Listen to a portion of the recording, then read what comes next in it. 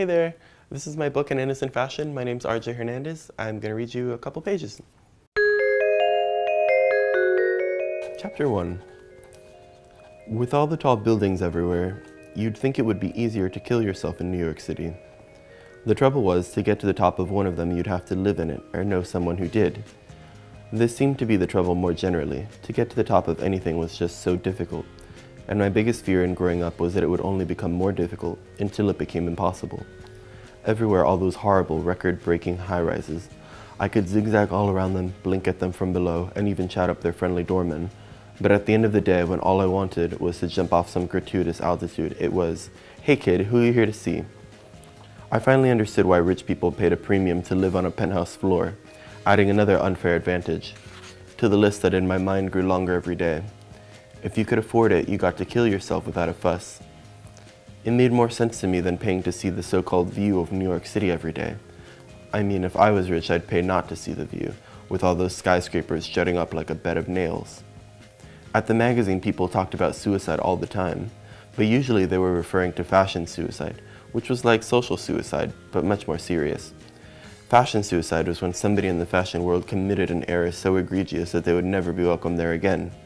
A slip-up caused by burnout, or a temporary lapse of sanity. Depending on how you looked at things, the latter could alternatively be considered a restoration of sanity.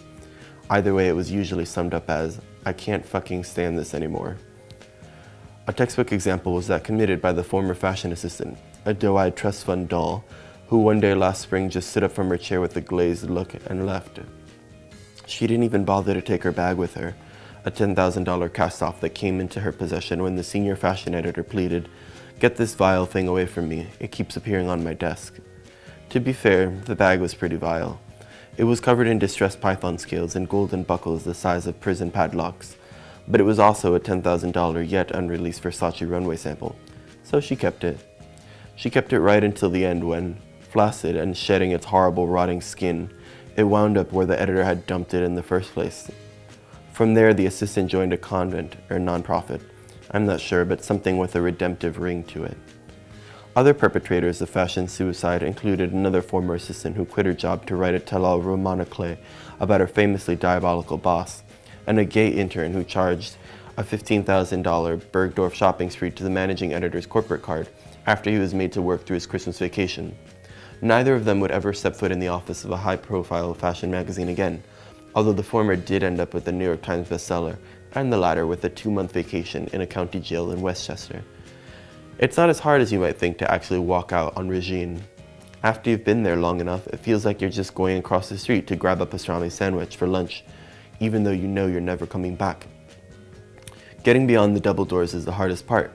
Once you're past them with the colossal video screen playing fashion shows on a loop behind you, with girl after Leviathan girl on your heels, a nightmarish, never-ending procession of the chosen ones you'll never be like, you finally do become like them. Rigid and unfeeling, you just walk, and you're in the foyer, where 2 cream parlor chairs and a cream sofa border a cream coffee table, with a single potted orchid, just a bright green calligraphic stroke, with its blossoms like snow-white moths who landed there and got stuck. I suppose if I'd wanted to, I could have just pressed up at the elevators, popped out on the top floor and found a fire escape to the roof, but even disillusioned dreamers have their dignity.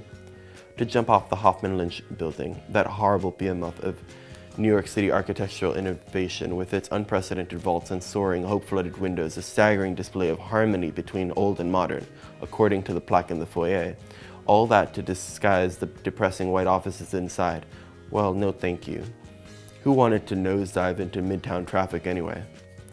Then again, access to the convenient heights of the Hoffman Lynch rooftop was almost certainly a privilege denied by my limited access ID, which read intern and didn't include a photograph of my face or even my name. One way or the other, I knew I needed to get out.